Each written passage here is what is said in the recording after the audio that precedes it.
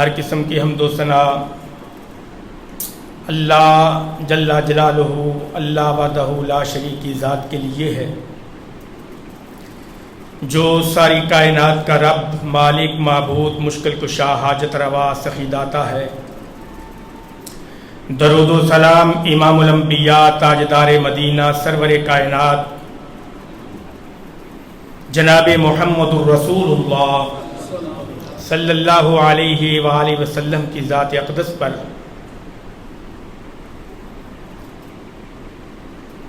اللہ کی پاک کتاب قرآن مجید فرقان حمید،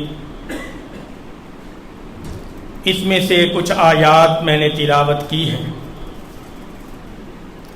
یہ وہ آیات ہیں جو اللہ کے پیغمبر علیہ السلام اپنے ہر خطبہ میں پڑھا کرتے تھے۔ دعا ہے کہ اللہ کما حق ہو بیان کرنے کی توفیق عطا فرمائے، سن سنا کر کے ہمیں عمل کرنے کی توفیق عطا فرمائے۔ ایک دینی حوالے سے آپ سے بھائیوں گاہے بگاہے ملاقات ہو جاتی ہے۔ محترم منتظم جناب بھائی عبید اللہ صاحب، اللہ ان کی عمر میں برکت فرمائے، ان کی وسعت سے آپ کے پاس پہنچتے ہیں۔